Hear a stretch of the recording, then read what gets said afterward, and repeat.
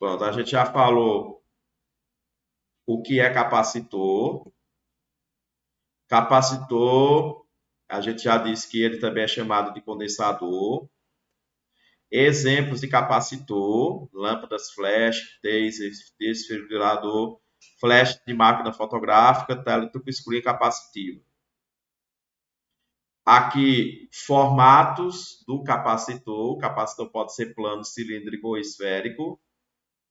A gente já destrinchou sobre as telas touchscreen, que essa tela touchscreen, ele é como até quando a gente toca no celular ou no monitor de um computador ou no monitor de algum, digamos, a gente vai para o banco, aí o banco, quando a gente vai lá, a gente vê na tela do banco e a gente escolhe a opção apertando na tela.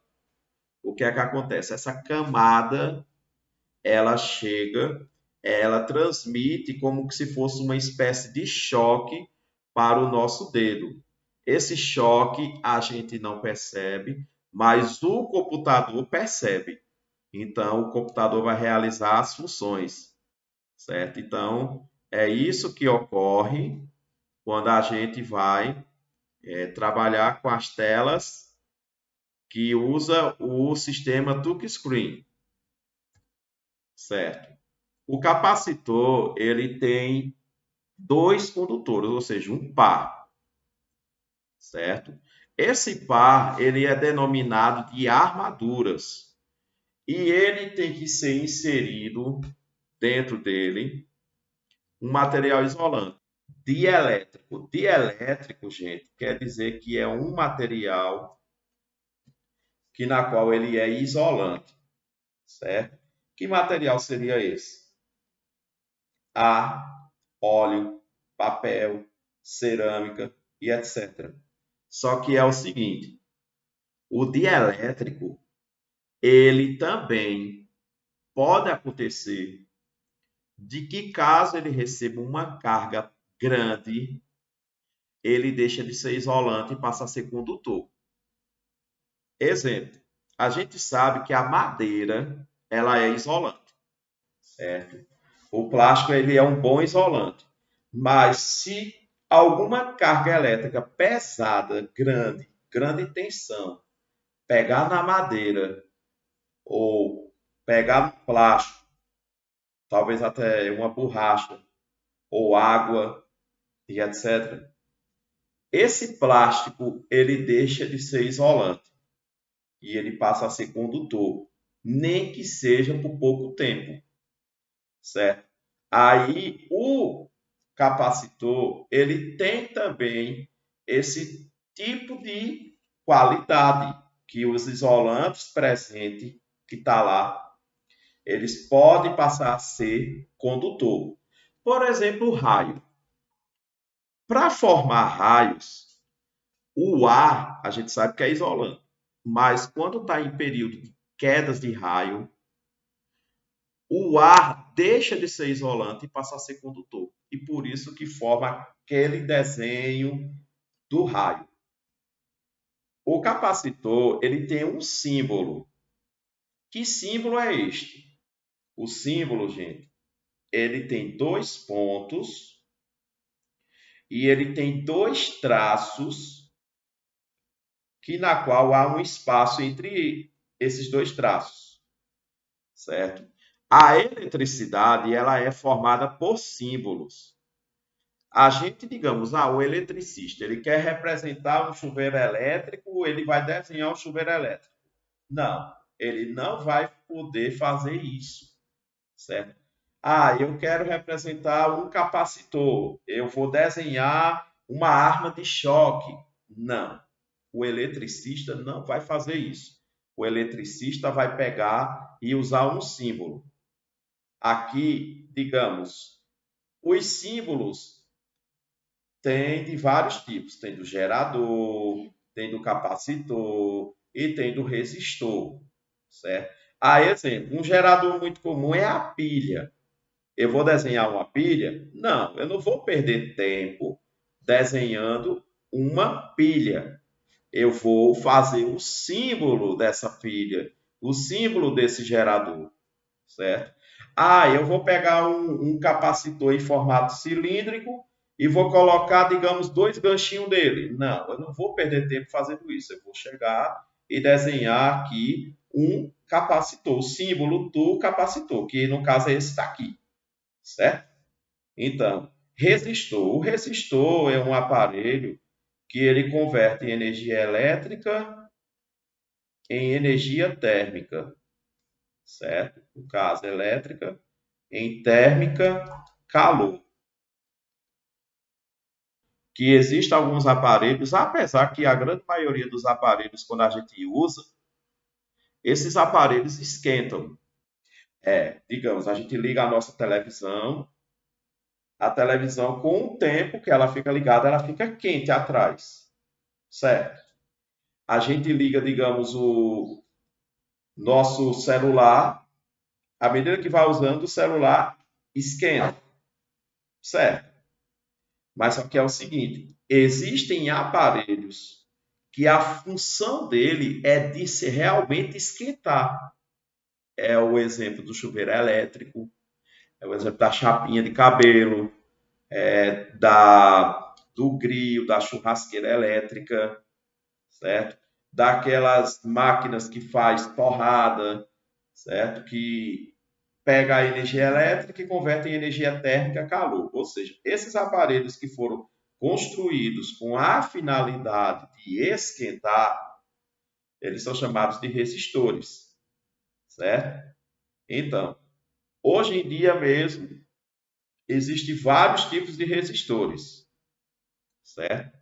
Bom, mas agora vamos falar da capacidade ou capacitância eletrostática. Como assim? O capacitor, como o próprio nome diz, ele tem uma capacidade que pode ser calculada. Essa capacidade ela pode ser calculada por meio desta fórmula aqui. Esta fórmula que está escrita aqui, C é igual a Q sobre U. Ou seja, C significa capacitância, capacidade. Q significa quantidade de carga, que é medida em Coulomb. E U quer dizer DTP, que é medida em volts. Então, quer dizer que o capacitor, a capacidade dele é medida em Coulomb por volt, certo? Só que o SI, ele resolveu homenagear Coulomb por volt por meio de uma pessoa, que o nome dessa pessoa é Faraday. Aí, então, a unidade de medida de capacitor é farad. Esse D não é pronunciado não, certo? Farad. E o seu símbolo é F. Então, um farad é a mesma coisa que um coulomb por volt, certo? Farad é uma unidade de medida extremamente alta.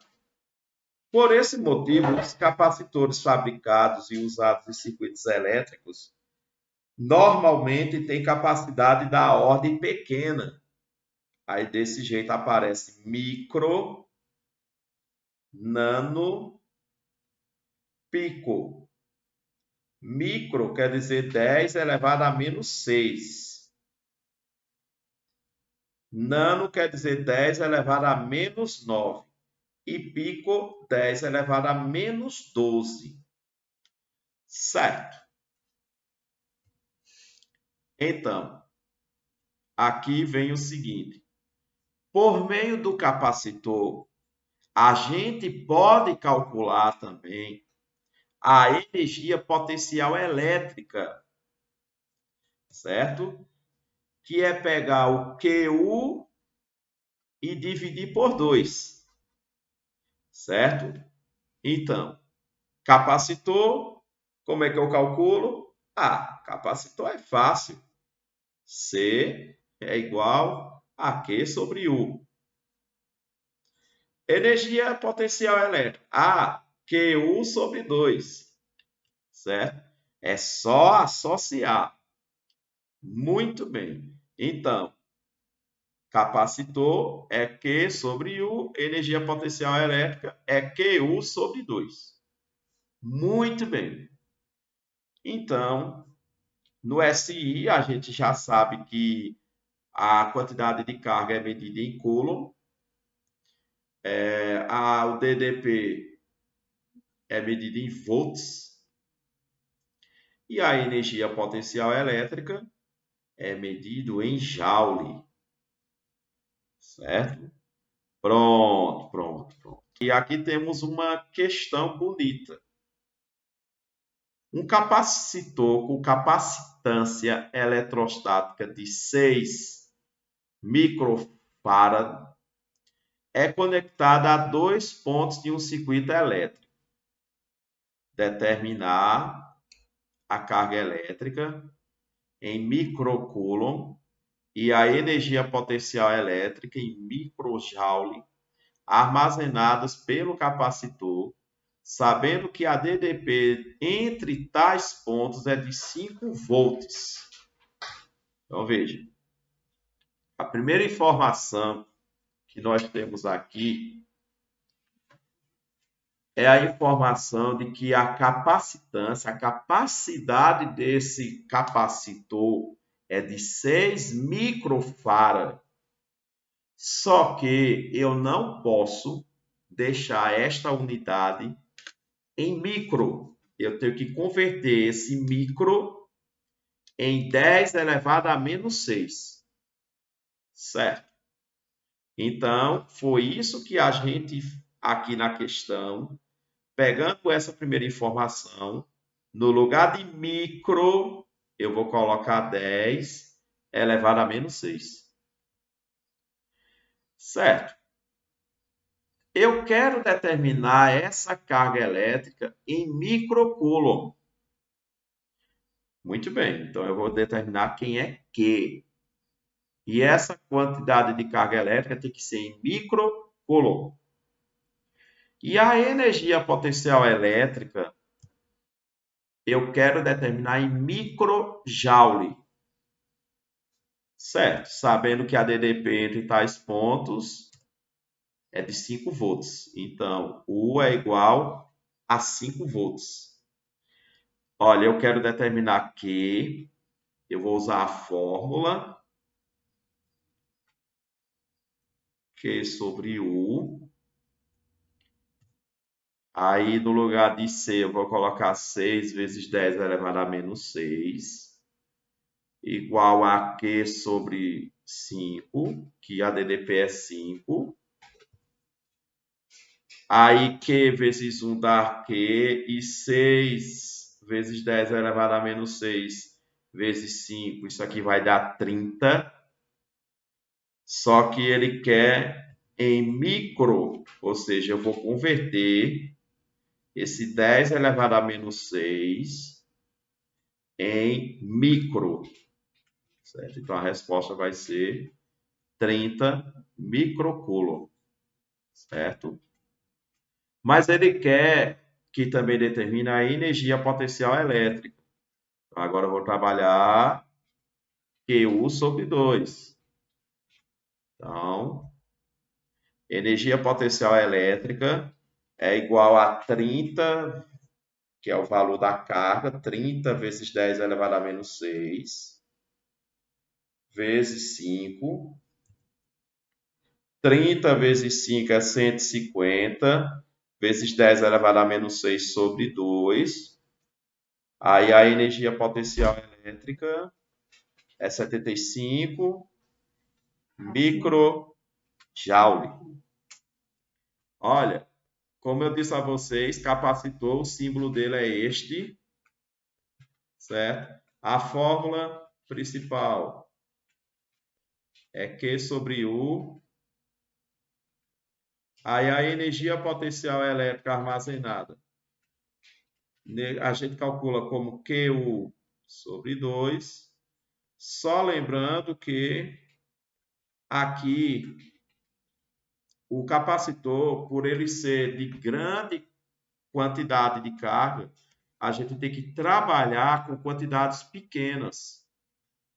certo? Porque senão vai ser uma quantidade tão grande que o capacitor ele chega a explodir, certo?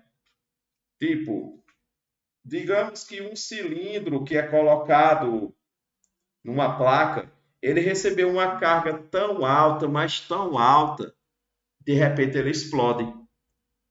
E uma grande quantidade de carga elétrica significa dizer que poderá a pessoa morrer eletrocutado.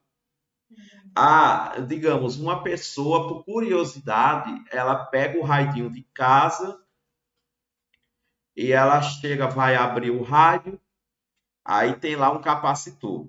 Pronto, tudo bem. Se essa pessoa não estiver equipada, digamos, tá com a chave adequada, tá com luva adequada, tá com alguma pulseira antiestática, ela poderá levar um choque, um baita choque. Se não tomar cuidado, pode se prejudicar bastante, certo? Pronto. A energia potencial elétrica com o capacitor é por meio desta fórmula, só que assim, ela também tem outras duas fórmulas. Essas outras duas fórmulas se originou pegando esta fórmula com a outra e acabou encontrando duas fórmulas novas de energia potencial elétrica. Só que assim, eu aconselho que a gente só decore essas duas fórmulas, certo? Porque com essas duas fórmulas a gente pode chegar a essas duas novas. Então já está suficiente. Eu acho até que é um exagero a gente chegar e querer decorar tanta da fórmula para poder chegar no dia da prova do nosso Enem, que está chegando, a gente chegar e despejar as fórmulas todinha nela. Eu acho que fica muito cansativo para a nossa mente decorar tanta fórmula. É melhor só decorar as essenciais. Que as essenciais para este assunto só são essas duas. Energia potencial elétrica é QU sobre 2 e capacidade é igual a Q sobre U. Pronto. Só basta saber essas duas, certo? É essencial. O capacitor, o resistor